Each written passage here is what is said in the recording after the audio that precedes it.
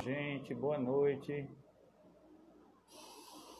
Graça e paz a todos vocês aí. Vamos aguardar todo mundo entrar, né? Esse é mais um encontro nosso.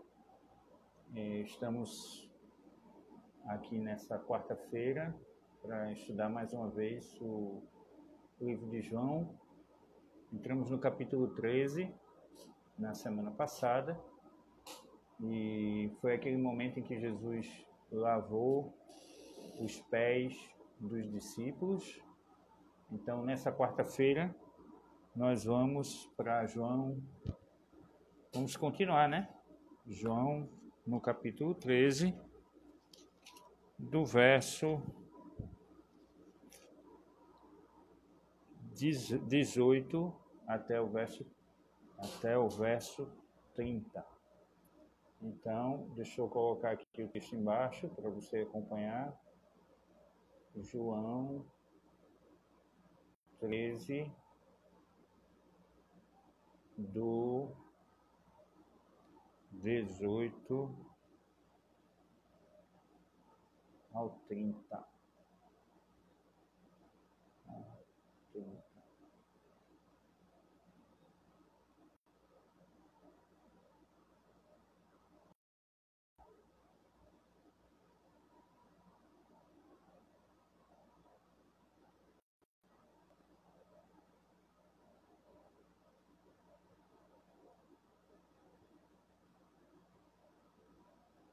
Muito bem. Gente, sejam bem-vindos aí, todos vocês.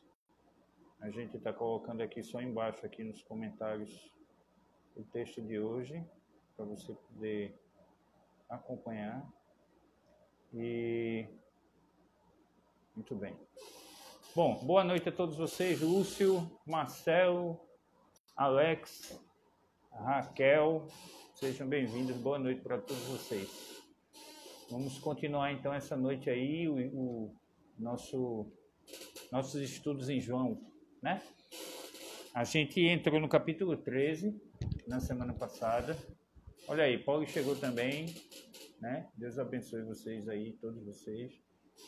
E como tem sido bom a gente poder estudar a palavra juntos aqui, sem pressa, com calma, lendo o texto, entendendo o texto, né? Buscando fazer as pontes com o que o texto significava para a época que ele foi escrito e quais são as lições que a gente pode extrair hoje para a vida da gente também. Então, se você quer acompanhar os outros estudos antes desses estudos, você pode ir no nosso canal do YouTube, Igreja Batista Imperial Recife, tá? Lá no canal tem tanto os cultos dos domingos como os estudos em João, e no IGTV da igreja. Mas no IGTV da igreja a gente só tem os 4 últimos, eu ia dizer episódios da temporada, tá vendo, gente? Como é que eu tô? Os 4 últimos estudos aqui. Então, você pode olhar no IGTV ou você pode dar uma sacada lá no canal da gente do YouTube, tá bom? Então, satisfação ver vocês mais uma vez aqui. Vamos lá então para João 13, do verso 18 até o verso 30. Não estou me referindo a todos vocês, disse Jesus, né? Conheço os que escolhi, mas isso acontece para que se cumpra as Escrituras. Aquele que partilhava do meu pão voltou-se contra mim. Estou lhes dizendo isso antes que aconteça, a fim de que quando acontecer, vocês creiam que eu sou. Eu lhes garanto, quem receber aquele que me enviou, quem receber aquele que eu enviar, estará me recebendo. Aquele que me recebe, recebe aquele que me enviou. Depois de dizer isso, Jesus se perturbou no espírito e declarou: digo-lhes que certamente um de vocês me trairá. Seus discípulos olharam uns para os outros e disseram, sem saber a quem ele referia. E um deles, o discípulo a quem Jesus amava, estava reclinado ao lado dele. Esse aí é João, né? Simão Pedro fez sinais para esse discípulo, como quem quisesse dizer, pergunte a ele a quem ele está se referindo. Inclinando-se para esse discípulo para Jesus, perguntou, Senhor, quem é? E Jesus disse, aquele a quem eu der o pedaço de pão molhado no prato. Estou molhando o pedaço de pão. Ele molhou o pedaço de pão e deu a Judas Iscariotes, filho de João. Tão logo Judas comeu o pão, Satanás entrou nele. O que você está para fazer, faça depressa, disse Jesus. Mas ninguém à mesa entendeu por que Jesus lhe disse isso. Visto que Judas era o encarregado do dinheiro, alguns pensavam que Jesus estava lhe dizendo que comprasse o necessário para a festa, ou que desse algo aos pobres. Mas assim que comeu o pão, Judas saiu e era a noite. Senhor, muito obrigado pela tua palavra, por cada pessoa que está aqui nessa live. A oportunidade da gente estudar junto a tua palavra. Então, que teu Espírito Santo nos ensine, nos desafie e continue a trabalhar no coração da tua igreja. Nós oramos e nós agradecemos em nome de Jesus. Amém. Amém. Muito bem, gente. Eu quero convidar você para a gente iniciar perguntando e compreendendo, então, onde é que esse texto está situado, né? O texto aqui, ele está situado logo depois que Jesus, sentado à mesa, Jesus interrompe, ele está nesse momento aqui de jantar com os discípulos, e ele interrompe o jantar para ir servir, lavar os pés daqueles que estavam chegando para jantar. A gente falou sobre isso no estudo anterior. Jesus deixa a mesa, lava os pés, age como um escravo do escravo, aquele escravo que é um escravo mais fraco e que tem uma atividade simples, que é lavar o pé de quem chega da rua, né? Uma vez que a mesa era baixa, sentar-se à mesa significava ficar com os pés próximos à mesa. Então era natural lavar os pés para poder se sentar à mesa. Então Jesus lava os pés, ele usa isso como um ensino para que os discípulos dele também sigam na mesma direção que ele.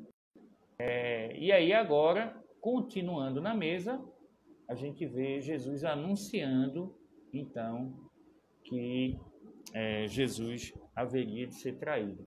Gente, isso é muito importante, porque há uma linha de uma turma por aí que diz que Jesus, ele não tinha consciência de que Jesus, quando se esvaziou, aquele texto de Filipenses 2,5, que quando Jesus se esvaziou, ele perdeu algumas virtudes de ser Deus plenamente. A gente não concorda com essa afirmação. Essa afirmação aí, essa informação, ela diz que, então, Jesus deixou de ser Deus em alguns aspectos. E alguns dos aspectos eram o aspecto de ter presciência das coisas que iam acontecer. E textos como esse que a gente acabou de ver aqui mostram que Jesus, na verdade, ele continuava tendo ciência do que ia acontecer. Então, a primeira característica aqui no texto é de que Jesus afirma que conhece bem, que ele escolheu, a fim de que se cumpra a Escritura, e isso indica dizer que Jesus continua a escolher a obediência a Deus, assim como no deserto, Jesus foi levado no deserto. E lá no deserto, ele foi levado pelo Espírito Santo ao deserto, diz o texto. E lá no deserto ele é tentado por Satanás. E a gente entende que Satanás também está debaixo da soberania de Deus. Ele não tem um campo de atuação livre para além do que Deus permite, como foi com Jó, né? A história de Jó fala um pouco sobre isso. Então aqui o que acontece é que Jesus indica que ele sabe quem iria trair, ele ainda assim escolheu quem iria trair para que se cumprisse a Escritura. Jesus conhece a Escritura, Jesus obedece a Escritura, ainda que isso lhe cause transtornos na beira do caminho, né? Na sua caminhada enquanto Messias. Então, Jesus obedece até as últimas consequências. E é interessante porque no verso 19, ele diz assim, eu lhe estou dizendo isso a vocês antes que isso aconteça, a fim de que quando acontecer, vocês creiam que eu sou. Você sabe que João utiliza muito esse conjunto de palavras, eu sou. Esse conjunto de palavras, eu sou, que Jesus está usando aqui, ele tem a ver com Deus se revelando a Moisés no deserto, lá em Êxodo 3. Quando Moisés pergunta, Senhor, como é que as pessoas vão ouvir o que eu estou dizendo? E aí Deus diz assim, vá lá e diga que eu sou, enviou você. É como se eu sou fosse o nome que para o povo judeu significava Deus e Yahvé, né? Aquele que é o Deus de Israel. Então, quando Jesus diz assim, eu estou avisando antes, para vocês, antes que aconteça, para quê? Para que vocês saibam que eu sou. Jesus está dizendo assim, para que vocês saibam que eu sou Deus. Para que vocês saibam que eu sei o que vai acontecer. Judas, para que você saiba que eu sei que você vai me trair. Que os discípulos saibam que não houve surpresa nenhuma para Jesus em saber que havia um traidor no meio do caminho, em saber que haviam pedras no meio do caminho, em saber que havia um caminho de sofrimento para ele. Isso não foi surpresa para Jesus. A cruz não foi surpresa para Jesus. E isso é muito importante. Por que é importante? Porque o cristão, aquele que segue a Jesus, vai na mesma direção que Jesus foi e tem o mesmo destino que Jesus teve. Se Jesus morreu na cruz e veio, sim, para nos salvar e através da cruz a gente tivesse perdão dos pecados, nós, discípulos de Jesus, também temos uma cruz para carregar. Jesus disse que aquele que quiser seguir, tome a sua cruz e me siga. Não há surpresa em levar a cruz. Não pode haver surpresa para mim, para você, sofrer no caminho de seguir Jesus, de obedecer a Deus. Esse negócio de achar que eu estou sofrendo, isso foi um acidente, eu estou tão bem intencionado. Olha, a gente estudou isso em Paulo. Paulo disse que todo aquele que deseja viver piedosamente em Cristo Jesus será perseguido. Finalzinho da sua carta de 2 Coríntios. Lá no finalzinho, no último capítulo. Segunda carta de Paulo aos Coríntios. Se você quer viver um caminho de quem é discípulo de Jesus, de viver corretamente, é claro que você vai ter esses momentos em que a necessidade de fazer decisões por sofrer por amor a Deus vai ser necessário. A gente vive num tempo agora que em parte é muito mais difícil, mas em parte se tornou muito mais simples buscar a Deus. Por quê? Porque você liga seu celular para buscar a Deus. Você está na sua casa, reservou seu tempo e agora você decidiu, olha, agora na quarta-feira à noite eu vou estudar a palavra de Deus. Você está na sua casa, você não precisa sair da sua casa. Você continua fazendo todas as suas atividades isso não lhe causa nenhum problema. Então, mas há momentos em que a gente tem que escolher entre o nosso bem-estar, a nossa agenda e seguir a Jesus.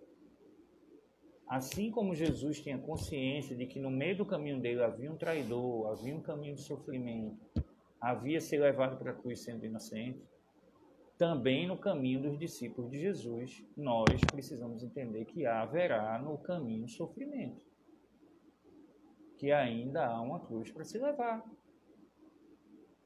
O caminho do discípulo de Jesus, daquele que se diz discípulo de Jesus e não quer levar a cruz, o discípulo de Jesus que não quer sofrer por amor ao Evangelho, que não quer ser perseguido porque está fazendo o que é certo, é estranho alguém se dizer discípulo de Jesus e não querer pagar o preço. Eu não estou dizendo pagar o preço para ser salvo, gente, porque a gente já foi salvo em Cristo Jesus. Mas pagar o preço e levar a cruz, levar a sua cruz, é consequência de uma vida de quem quer seguir a Jesus. Porque olhe para o texto de novo. O que é que acontece no texto? Jesus está sentado à mesa e na mesa está Judas. E como se não fosse bastante, você até dizer assim, poxa, Judas era traíra mesmo, certo? Mas no bloco seguinte de texto que a gente vai estudar, cena dos próximos capítulos, na próxima quarta-feira, quem traz Jesus é Pedro. Também. Pedro nega a Jesus. Pedro trai a amizade com Jesus. Então, que mesa é essa que Jesus sai dela para lavar os pés? Que mesa é essa que Jesus está sentado na mesma mesa, partindo do pão, e não é qualquer pão? Quando Jesus usa essa afirmação, aquele que parte o pão comigo, dependendo da versão que você tem, ele diz assim, aquele que parte o pão comigo é aquele que me trairá. O que é isso aí? Eu não sei se você tem essa prática na sua casa, às vezes tem gente que tem de molhar o biscoito no leite, no copo, de molhar o biscoito no suco, sabe? Essa prática, então, essa prática também tinha lá na Palestina, só que não era no suco, não era no copo, era no pratinho, então tinha um pratinho com alguma coisa molhada lá, e a pessoa ia lá e molhava o pão, como a gente molha às vezes na sopa.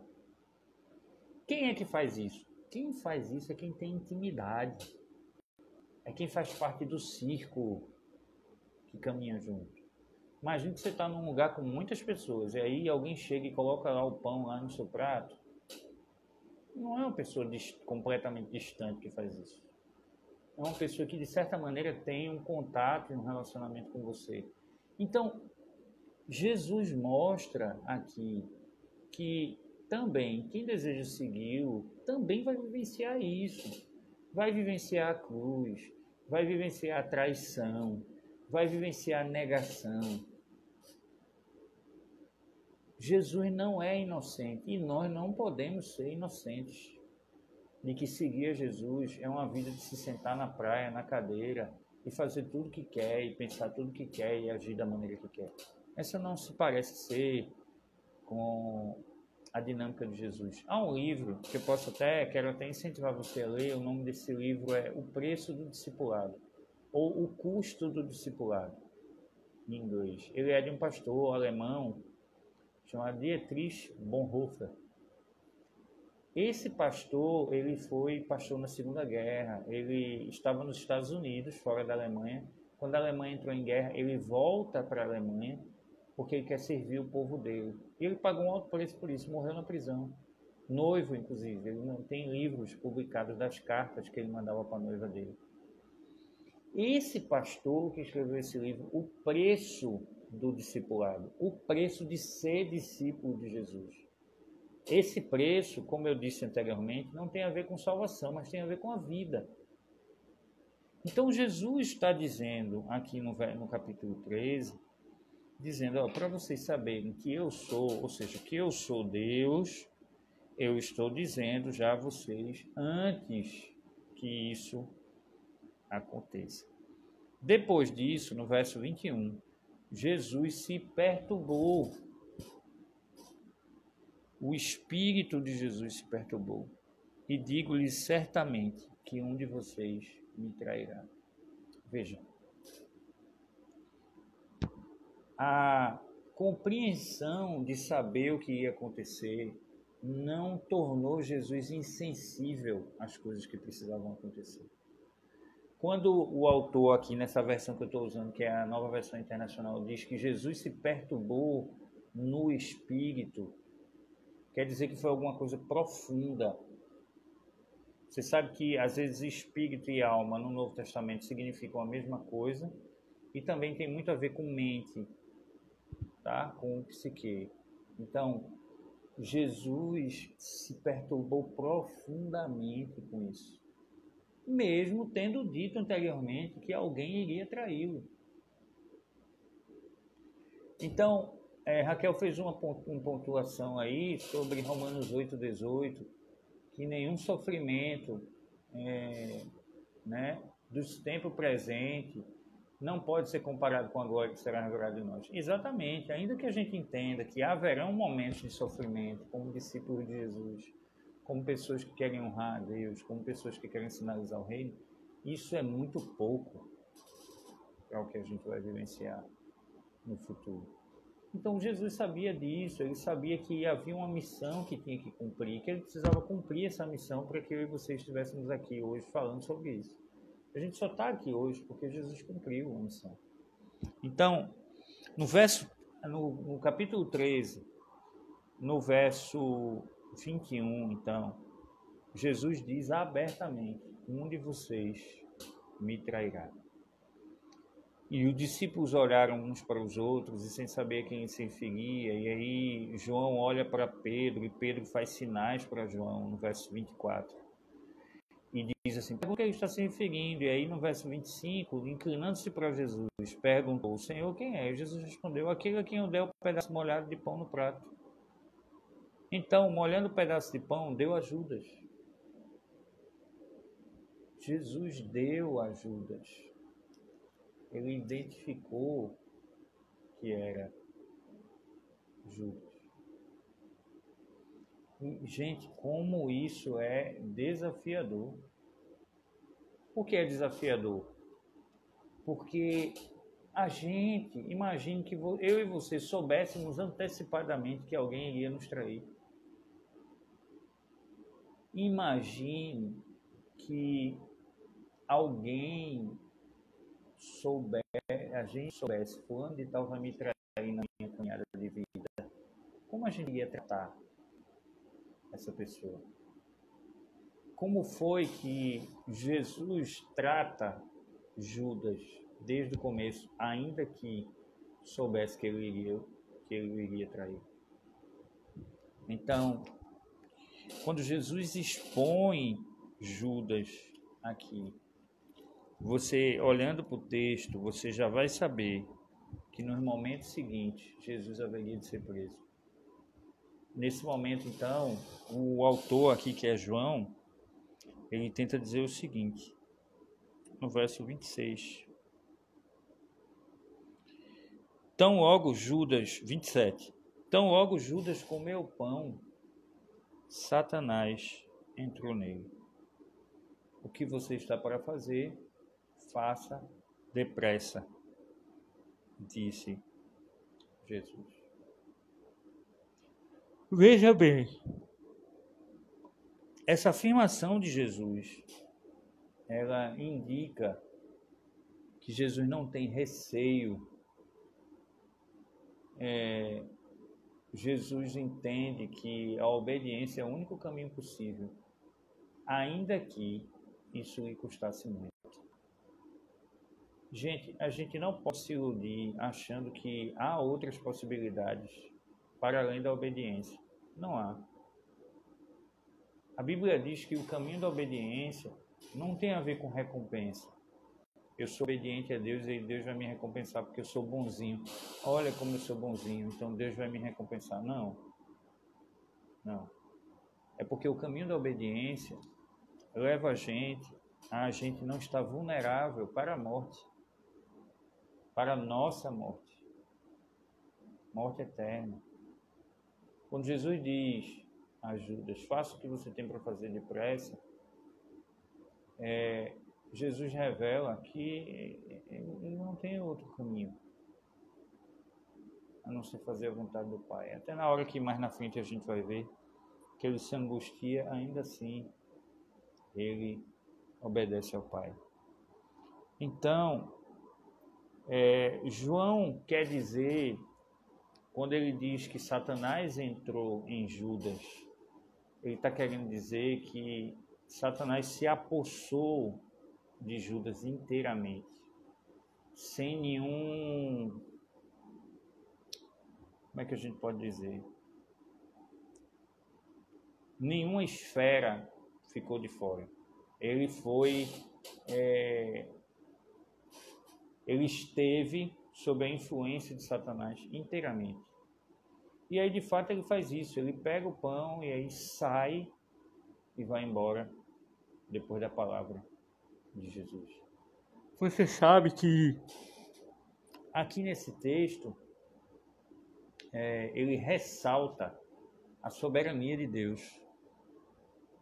Essa semana eu estava dando uma olhada no livro Jesus e o Coronavírus, do John Piper, né? É um livro bem curtinho, 128 páginas, você lê em uma semana, rapidinho. Gostoso, rapaz, de ler, muito bom. Está disponível na internet. Ele é foi cedido sem custo. E aí o John Piper diz o seguinte: negar que, em última análise, Deus continua no trono quando o coronavírus veio, é negar a soberania de Deus. Por mais que uma corrente teológica diga que Deus não enviou o coronavírus, mas a gente precisa entender que Deus permitiu que o coronavírus chegasse, por propósitos diferentes, claro. Mas, em última análise, Jesus sabe disso. Jesus sabe que Deus é soberano e que até Satanás, quando ele está possuindo Judas, né, usando Judas sem limite aqui para cumprir aquilo que lhe coube no coração cumprir, a soberania de Deus também não está fora disso, porque nada pode frustrar os planos de Deus.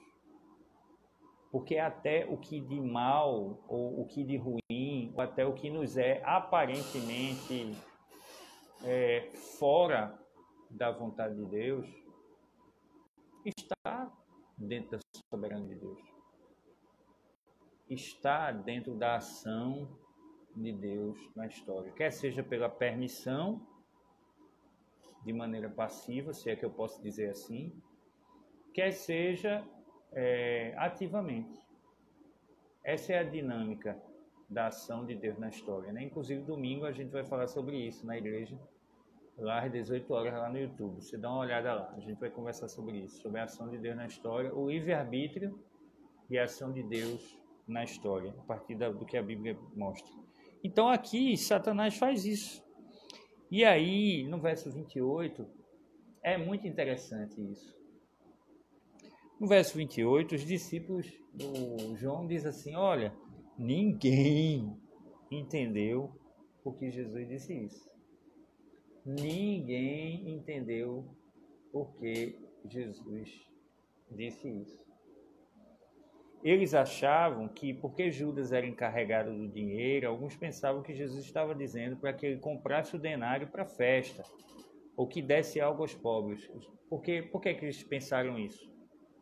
Porque quando Jesus disse que alguém ia trair aquele que estava no pão, e aí Jesus manda, faz o que você tem para fazer depressa, eles associaram a essa parte.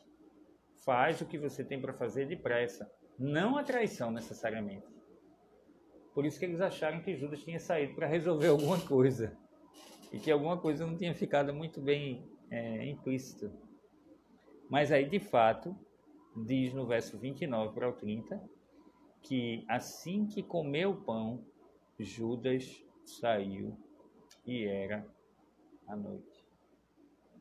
Então, esse momento final desse jantar, veja que jantar é esse, minha gente. Dava um filme aí, dava uma boa peça de igreja. A primeira cena do jantar é Jesus parando o jantar para ir servir as pessoas lá.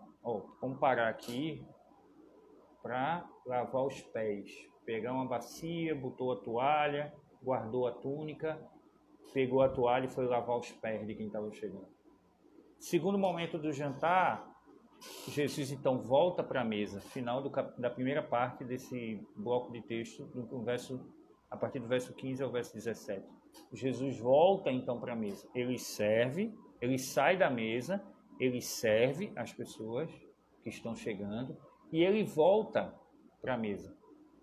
E aí, nesse segundo momento, na mesa, Jesus diz, olha, eu sei a quem eu escolhi, todos vocês aqui. Haverá um que vai me trair. Então, Jesus revela consciência de serviço, ele veio para servir. Ele deixa de usufruir da mesa, de ser servido para servir. É a primeira parte do capítulo 13. A metade do capítulo 13, ele avisa, que foi o texto que a gente estudou hoje, ele tem consciência de que ele foi chamado para servir, apesar das oposições.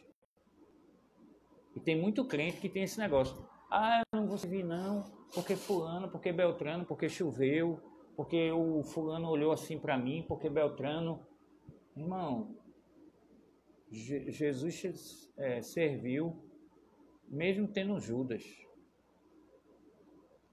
E a gente vai ver semana que vem a parte final dessa cena, que é Pedro traindo. Jesus serviu mesmo sendo traído, negado por seus amigos. Nós não temos desculpa para não servir, irmão.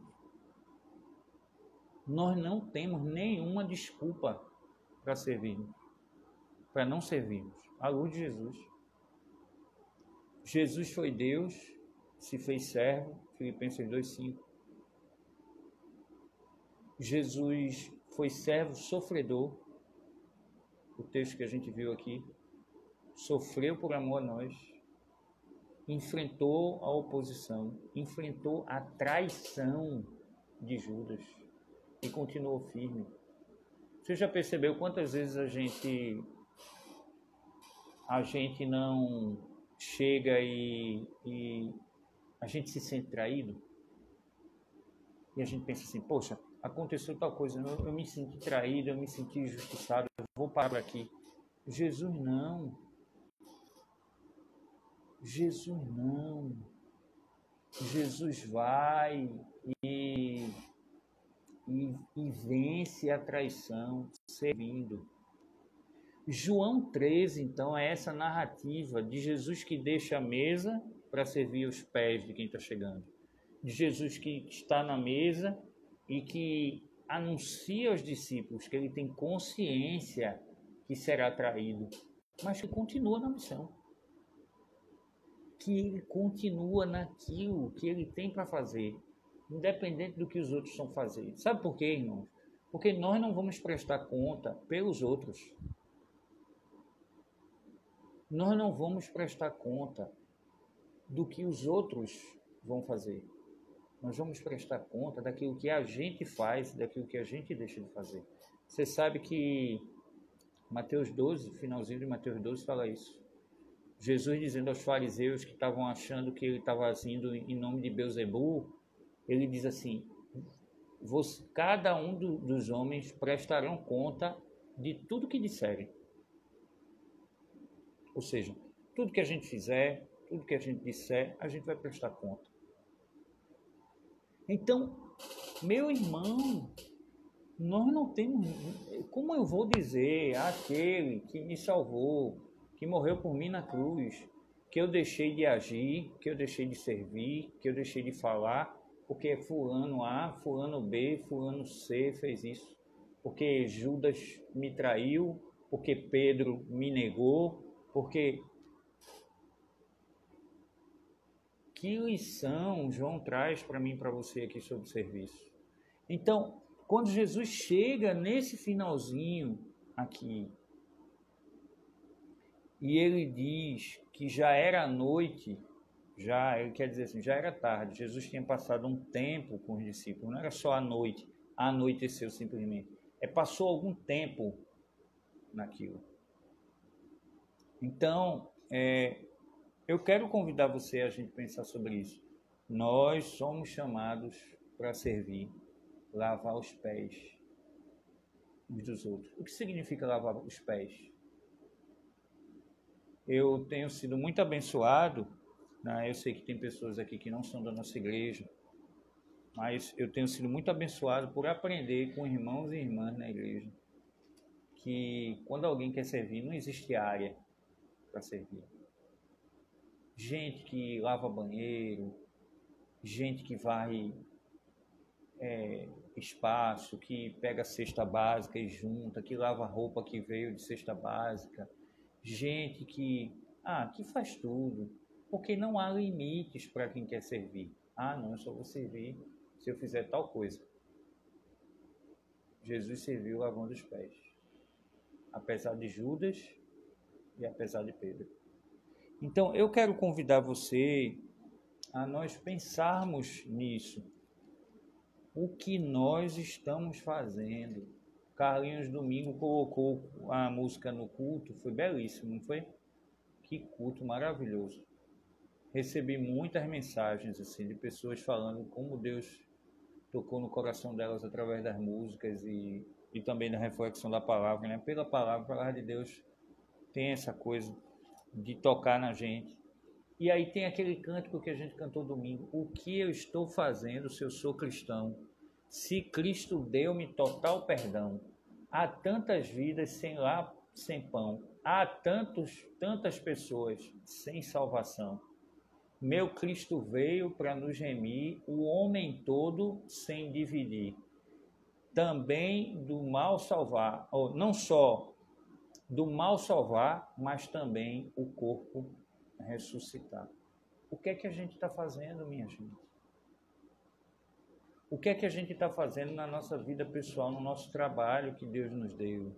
Estamos servindo no nosso trabalho. A Bíblia diz que a gente precisa trabalhar como a Deus e não como a homens. Como nós estamos trabalhando, como a gente está servindo no nosso trabalho, sabe? Como é que a gente está atuando na nossa igreja? Qual o nosso papel na nossa igreja? Qual tem sido o nosso papel? Né? E eu não estou falando na nossa igreja somente no culto. Eu estou falando na nossa igreja, no projeto, atuando na comunidade, dia de semana, fazendo alguma coisa que Deus nos chamou para fazer, fora das quatro paredes. Né? Alguns fazem dentro das quatro paredes e fora, outros dentro. Bom, eu não sei, mas a gente foi chamado para servir. E Tiago vai dizer que a fé sem obras é morta. Tiago 2, 17 e 18. A fé sem obras é morta. Então, Jesus veio para nos servir. Jesus veio para nos salvar. E ele deixou o exemplo. E ele deixou um modelo. E ele mostrou que não há nenhuma desculpa que nós pudéssemos dar para não servir.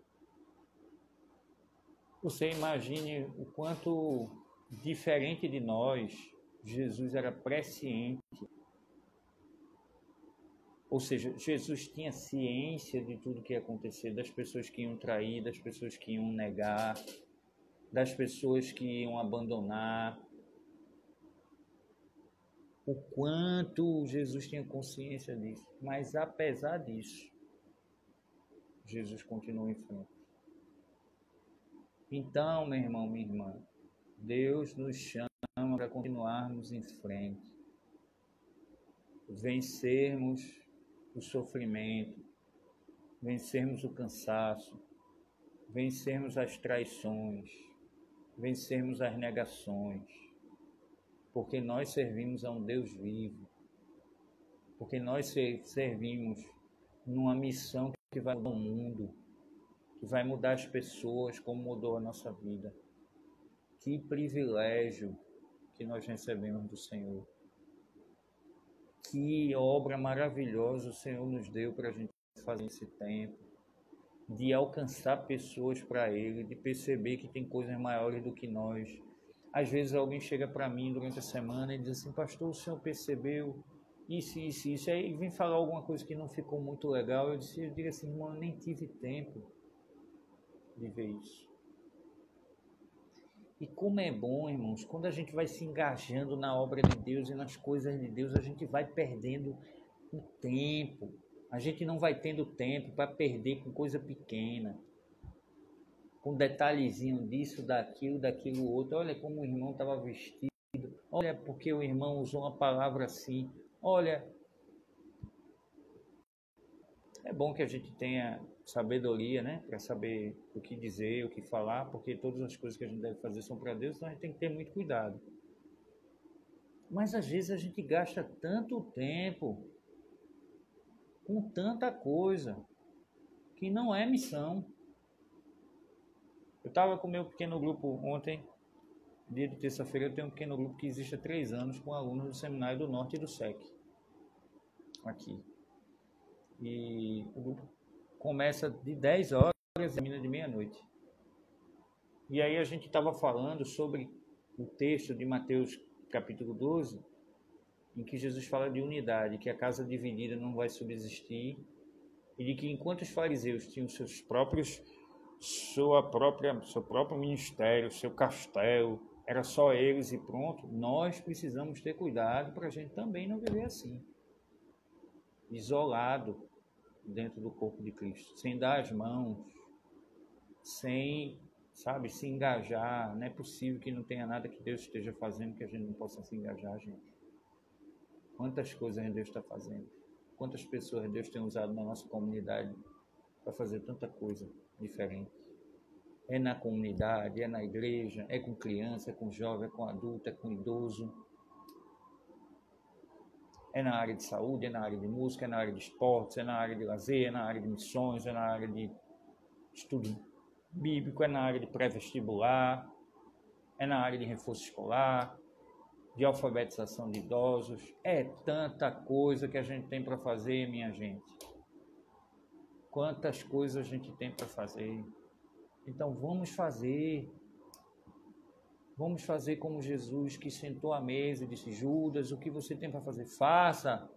Só faltava Jesus dizer assim: mas eu não vou parar. Eu não vou parar, porque eu tenho uma missão a cumprir. Nem você, Judas, pode me parar, nem Pedro, nem ninguém. E Jesus diz isso em João, quando ele diz assim: vocês pensam que vocês podem tirar a minha vida? Eu dou a minha vida da minha própria vontade, ninguém pode tirar se eu não quiser dar. Jesus está revelando a sua consciência da missão, que a vida dele ia ser gasta até o fim, cumprindo a missão. Você sabe que Paulo fala isso na sua segunda carta a Timóteo,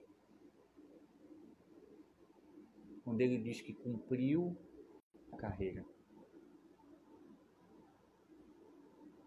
Completou a corrida, cumpriu a carreira, guardou a fé. Ele está dizendo assim: não basta começar bem.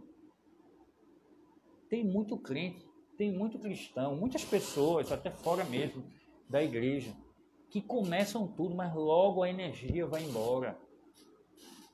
Passou a vontade. Quantas pessoas dizem: Deus me disse para eu fazer as coisas. Faça, irmão, mas depois a pessoa esmorece. Será que foi Deus mesmo que disse para fazer? Então, tão importante quanto começar é continuar. Continuar a fazer o que fomos chamados para fazer. Continuar engajado. Continuar envolvido naquilo que Deus está fazendo. Apesar do sofrimento, apesar das traições, apesar das negações, e sendo desafiados pelo serviço a Deus. Então, que Deus nos abençoe poderosamente nessa semana, que seja uma semana de serviço, de lava-pés. Meu irmão, tem tanta coisa para a gente fazer. Você pode mandar uma mensagem para alguém. Olha, meu irmão, ligar, fazer aquela ligação: meu irmão, como é que você está? Eu quero orar com você, orar com a pessoa no telefone. Você pode pegar um vídeo de uma mensagem do culto da gente na igreja, escolher lá, tem uns temas lá, as mensagens. O camarada está com um problema de ansiedade, tem mensagem bíblica sobre ansiedade. A Bíblia tem mensagem para tudo. Pega lá o vídeo, escolhe o vídeo e manda para esse alguém. Você está servindo. Você pode olhar para o seu vizinho que é idoso: olha, você está sem poder fazer feira, olha, eu estou aqui para lhe ajudar, você está sem poder fazer feira, o que é que você precisa comprar? Eu vou lá no mercadinho e faço para você, e trago aqui para o senhor não sair de casa, para a senhora não sair de casa. Você olha para o seu vizinho, para a sua família, para a sua igreja. É um casal novo da nossa igreja, recente, novo, está fazendo parte da nossa igreja agora há pouco tempo. Outro casal, né? Não é você não, viu, Raquel? Você que está assistindo aqui é outro casal que chegou também.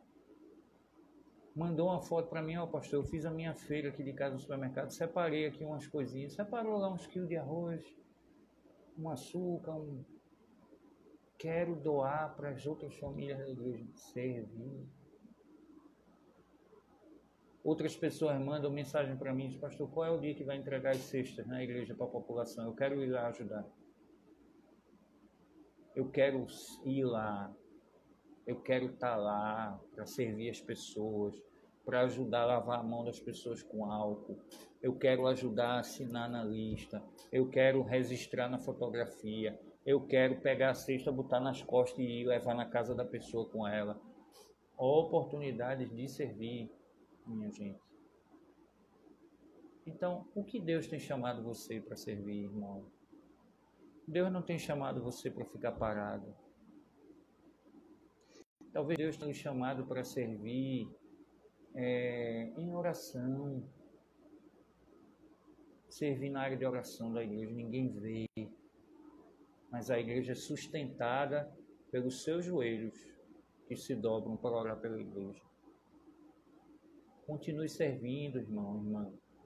Orando pela igreja. Seu ministério, sua chamada é orar intensamente. Ore pela sua igreja.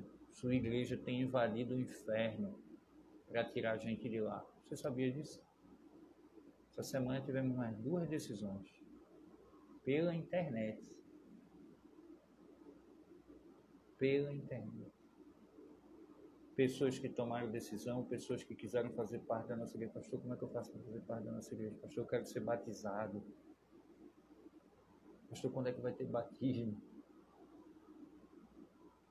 Porque Deus está operando e a sua igreja vitoriosa e poderosa está invadindo o inferno e tirando pessoas de lá, porque não tem tempo para perder com outras coisas. Porque não tem tempo para perder com coisas pequenas. Se envolva naquilo que Deus está fazendo. Pastora Lídia está aqui dizendo amém.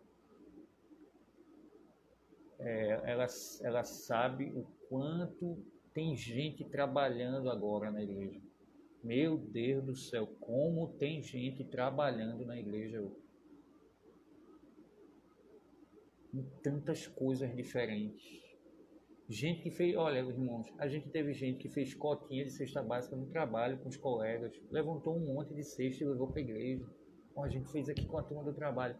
Pastor, venha buscar. Vê só que ideia. Gente servindo, sirva, irmão. Encontre a felicidade de servir a Deus, não só de crer nele, mas também de servir a Ele. Que Deus abençoe você, abençoe sua vida, que Ele abençoe nossa igreja, as igrejas de Cristo espalhadas em toda a face da terra. Quero dizer a você que nós estamos aqui, se você precisar, por favor, ligue para mim, pastor, eu queria conversar com o senhor. A gente não está podendo fazer aglomeração lá, então de repente eu ligo para você, faço uma ligação de vídeo, ligo para você e a gente conversa. Eu tenho continuado a atender irmãos e irmãs, pastora Lídia também da área pastoral, pastora Ednai também, atendendo muita gente. Então, faça a sua parte. Continue a orar pela Igreja de Cristo. Se você precisar de ajuda, mande uma mensagem para a gente lá no privado, tá certo? Olha aí, pastora Lídia dizendo aqui também, ó, pode me ligar, né? Você pode ligar, pode deixar uma mensagem. Às vezes você liga, claro, a gente não pode atender na hora que você liga, ou às vezes a gente não pode responder na hora que você mandou a mensagem, porque de fato é muita gente. Mas nós estamos aqui para servir vocês. Então, se você precisar, por favor, entre em contato com a gente. Nós somos sua igreja, somos sua família, queremos partilhar desse momento com vocês. Nós vamos vencer em Cristo esses momentos de quarentena que a gente está passando. Vamos passar por ele, vamos vencer. E no final de tudo, quando a gente voltar a se reunir, e a gente vai dar muito mais valor a isso, não vai? Nós vamos poder louvar todos juntos de novo e agradecer a Deus por tudo aquilo que Ele fez. Amém? Então eu quero orar com você e na próxima semana nós vamos estar aqui novamente, tá bom? Um cheiro para você, um abraço apertado dos seus pastores. Eu e a pastora Lídia estamos aqui, estamos à sua disposição, viu? Vamos orar? Baixe sua cabeça, feche seus olhos, vamos orar. Senhor, muito obrigado por esses irmãos e irmãs, essas pessoas preciosas aqui conosco hoje. Gente que separou esse tempo para cultuar o Senhor, para buscar o Senhor, para aprender da Tua palavra.